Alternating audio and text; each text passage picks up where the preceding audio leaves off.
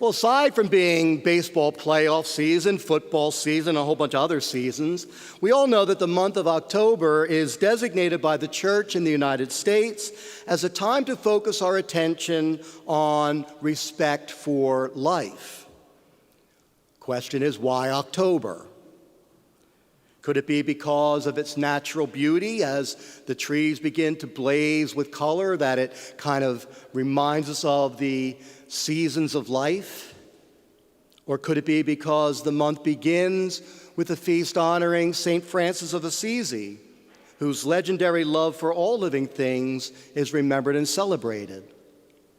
Well, they might be good reasons, but actually, October is Respect Life Month because the Supreme Court begins hearing cases in October, and so it was in October 1972 that the court began hearing the first arguments in the infamous Roe versus Wade case that brought legalized abortion into being in this country. But whatever the reason, it's ironic that we observe Respect Life Month this year with the knowledge that there are many who are struggling for life in the aftermath of violence, nature's and our own. I'm thinking of the people of Maui and other states that have been ravaged by wildfire, while others have been devastated by wind and flood. I'm thinking of the many lives, mostly young, snuffed out by criminal thugs, vigilantes, and the occasional rogue or ill-trained police officer. And then those honorable servants who have been attacked and killed simply for being officers of the law. I'm thinking of the people of Ukraine and Sudan, of Israelis and Palestinians, of Armenians being forced out of their homes in Azerbaijan. We can come to terms with nature's violence. We have lived with it from the beginning, haven't we? And through the gifts of scientific study have come to better understand its causes and the influence our behavior has on it. Despite those who continue to live in denial of the evidence, there can be no doubt that the intensity of nature's wrath is at least partly the result of human activity. Human violence, however, isn't so easily explained. One thing, however, is certain. If we will not value life in the womb, why should we value life outside of it? If we will not value the life of the elderly, the weak, the poor, if we refuse to accept and appreciate that Black lives, as all lives, matter, why then should we value the lives of the young, the strong, or the rich of any race, creed, or way of life? Regardless of condition or state, human life is human life. We either value it or we don't.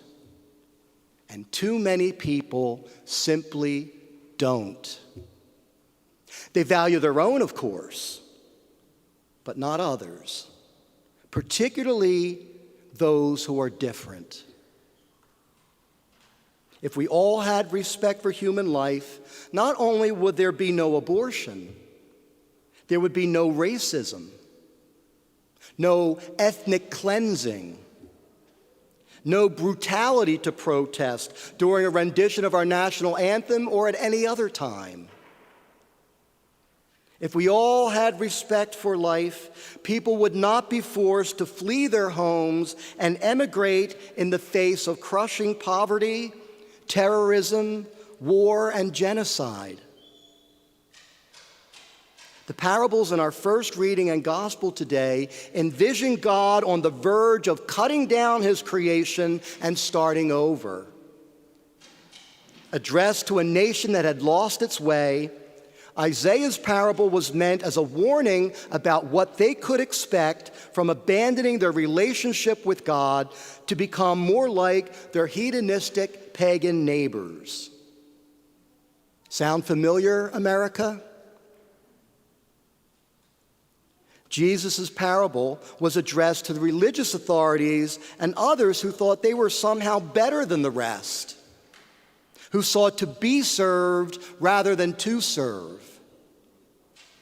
Doesn't social media reveal the many among us who suffer a similar conceit? But in Jesus' story, God's angry hand is stilled. He does not threaten to cut down the vineyard, as in Isaiah's parable. He simply offers it to others. And we, my friends, are those others. Will we continue to make the same mistakes? When the Lord looks for a harvest of justice, a harvest of life, will he continue to see violence, if only in our thoughts, let alone our words and our deeds? If we want the God of peace, the God of life, to be with us, we must be people of life and peace in our own relationships, not just with the Lord, but with one another. If we want a place in the vineyard of eternal life, we must be loyal to the owner of that vineyard by accepting and obeying his law of life in the vineyard of this world, instead of constantly rebelling against it.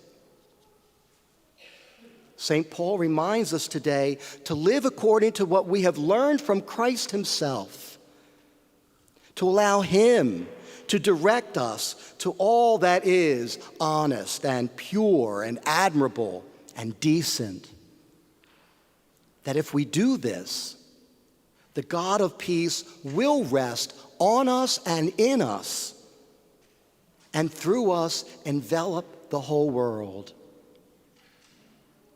Only by respecting life, all life, can we hope to overcome the evils of this age in which we live and replace those evils with true and lasting peace, the peace of Christ, the peace of God.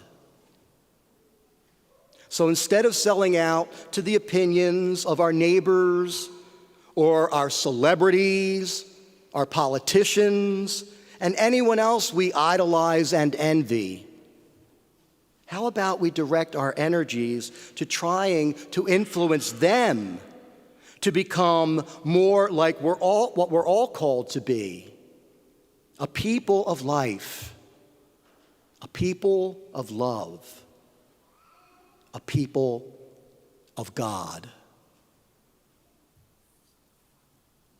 God bless you.